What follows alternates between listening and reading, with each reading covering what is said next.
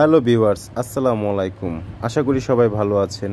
আজকে আমি আপনাদের দেখাবো কত ফিট ইনটু কত ফিট জায়গা হলে একটি পারফেক্ট সিঁড়ি হয়, সেই বিষয়ে আপনাদের সাথে কথা বলবো।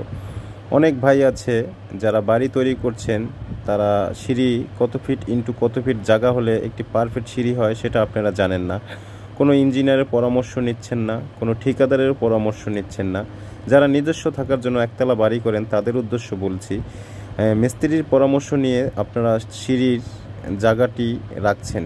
সেই মিস্ত্রি যদি অ্যাকুরেট হিসাব আপনাকে না দিতে পারে, তাহলে আপনার সিঁড়ি যখন তৈরি করতে যাবে তখন সিঁড়ির ধাপগুলো গরমিল হবে, অনেকটা গরমিল হবে, যেটা আপনাকে পস্তাতে হবে।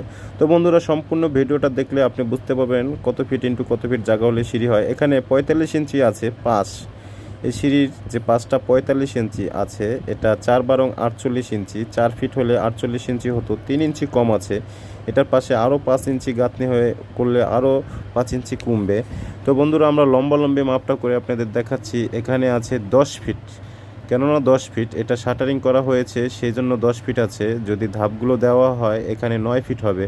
আর আমি যেখানে দাঁড়িয়ে আছি এখানে বাধ্যতামূলক আপনার 4 ফিট রাখতেই হবে। এখানে 5.5 ফিট আছে, কারণ আমাদের সিঁড়ি এবং লিফট দুইটা ইউজ হবে, সেজন্য 5.5 ফিট রাখা হয়েছে। 5.5 ফিট মানে ছাদের মাঝামাঝি বরাবর আর একটা ছাদ এবং ফ্লোরের মাঝামাঝি বরাবর আর একটি চকি হয়, সেই চকিটাও 4 ফিট আপনার রাখতে হবে। আর পাঁচটা কত ফিট আছে সেটা আপনাদের আমি দেখাচ্ছি। বন্ধুরা, সম্পূর্ণ ভিডিওটা দেখলে আশা করি অনেক কিছু বুঝতে পারবেন। এখানে 8 ফিট আছে, তো 3 ফিট 9 ইঞ্চি এবং পরের ওই পাশের ধাপের 3 ফিট 9 ইঞ্চি, তো 7 ফিট 6 ইঞ্চি। আর দুই সিঁড়ির মাঝখানে 6 ইঞ্চি আমরা ফাঁকা রেখেছি, তো মোট হচ্ছে 8 ফিট। বন্ধুরা, মোট 8 ফিট এক সাইডের মাপ পেয়ে গেছেন। এবং সিঁড়ির এখানে চকি আছে, চকি 4 ফিট এবং ওই নিচের চকিটা আছে 4 ফিট। আর সিঁড়ির রকের ধাপটা আছে 9 ফিট। তাহলে 4 4 8 ফিট আর 9 ফিট 17 ফিট। আমাদের এখানে 17 ফিট জায়গা আছে, সেজন্য আপনার এখানে 17 ফিট রাখা হয়েছে। আপনি ইচ্ছা করলে 16 ফিটও রাখতে পারবেন, কারণ একটি পারফেক্ট সিঁড়ি করতে হলে আপনার 16 ফিট লম্বালম্বি রাখতে হবে আর পাশ রাখতে হবে 8 ফিট। বন্ধুরা, এই সিঁড়িগুলোর কাজ সব মিস্ত্রি দ্বারা করা সম্ভব না, কেননা একজন রড মিস্ত্রির দক্ষতা হচ্ছে একটি সিঁড়ি শাটারিং করে সে ঢালাই দিয়ে যদি একজন ঠিকাদারকে দেখাতে পারে, তাহলে সেই ঠিকাদার কখনো ওই মিস্ত্রিকে হাতছাড়া করবে না। সেই মিস্ত্রি বহুতলা ভবনের সব ধরনের কাজ করার ক্ষমতা রাখে।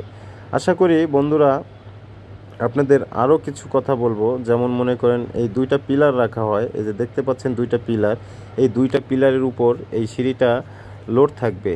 এবং উপরের দিকে যে অংশটা উঠছে রডগুলো দেখতে পাচ্ছেন, হ্যাঁ 2টা পিলার আপনাদের দেখাচ্ছি, শর্ট পিলার। এই সিঁড়িটা ঢালাই দিয়ে তারপরে আর বাকি যে পিলারটুক আছে সেটা ঢালাই হবে। আর উপরের যে রডগুলো উঠে গেছে, এই সিঁড়ির রডটা হবে ছাদ ঢালাইয়ের সাথে এই সিঁড়ির রডটা ঢালাই দেওয়া হবে। আর আমরা বিশেষ করে নিচের রডটা এবং চকিটা এই 2টা ঢালাই দিব।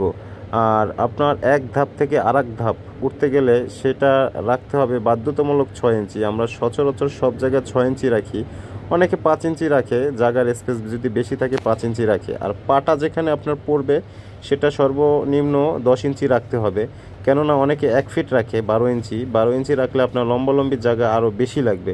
তো বন্ধুরা, আশা করি 16 ফিট ইন্টু 8 ফিট জায়গা হলে পারফেক্ট একটি সিঁড়ি হয়। আশা করি আমাদের এই ভিডিওটা কেমন লেগেছে কমেন্ট করে জানাবেন। ভালো লাগলে শেয়ার করে পাশে থাকবেন এবং আমাদের পেজটি ভালো লাগলে সাপোর্ট করবেন ইনশাল্লাহ।